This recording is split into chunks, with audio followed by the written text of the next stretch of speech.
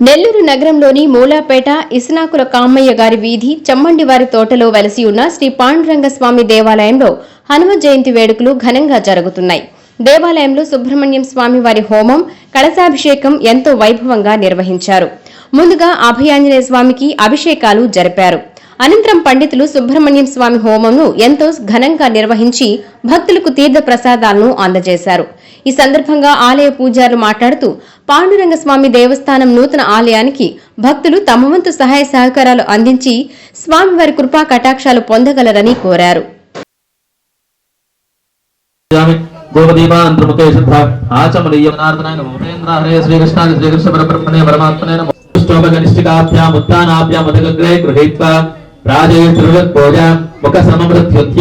उत्तरेणाद्यं गुरुच्यो अंगानिष्टोहस्वमुत्तरतः आधारसमिदावाधाति अग्निं परिसञ्चति अधिदेवमन्यस्व अनुमतेनमन्यस्वीन बहुवस्त्रवस्तवं नेस्त्रान्दां